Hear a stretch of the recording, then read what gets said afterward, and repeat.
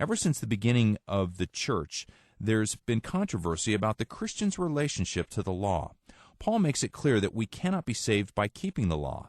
But what about the Ten Commandments? Aren't we to obey them? Well, a listener in Muskegon, Michigan asked Dr. McGee to discuss the ceremonial and moral law. Which did Jesus fulfill? And has the Saturday Sabbath been done away with? Well, he fulfilled both the ceremonial and the moral law. He fulfilled the ceremonial laws.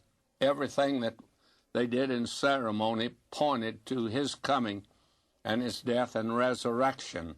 And he kept the moral law. He was without sin. We are told today that, as you have said, the Sabbath day has been left out. That's true, and that's quite interesting, isn't it? All the other commandments are given in the New Testament for us, and yet the Sabbath is not given. And there's only one conclusion that you could come to, and that is that the Sabbath day is not for today. The Mosaic law is not the standard for Christian living. We've been called to a much higher plane than that. In fact, it is so high that you and I cannot actually live the Christian life. And so the Lord has sent the Holy Spirit, and he indwells us, and he also fills us, that you and I might live the Christian life. And the Christian life is much above the Ten Commandments. Now, that doesn't mean that you do away with the Ten Commandments. That means that you are above the Ten Commandments. You're living on actually a higher plane than they have given to us.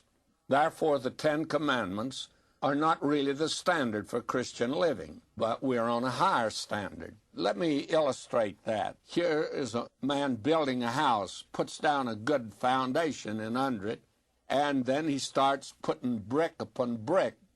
And so when he gets up, maybe 10 or 15 feet up in the air, he decides that he's way above the foundation. He doesn't need it anymore, so he just kicks it out. Well, you know what would happen. His house would come tumbling down.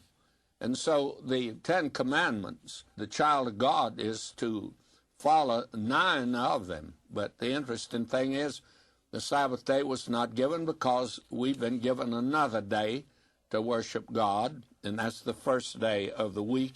That's when the early church met, and actually it wouldn't make any difference what day that you agreed upon, but it's too bad we all can't agree upon the same day.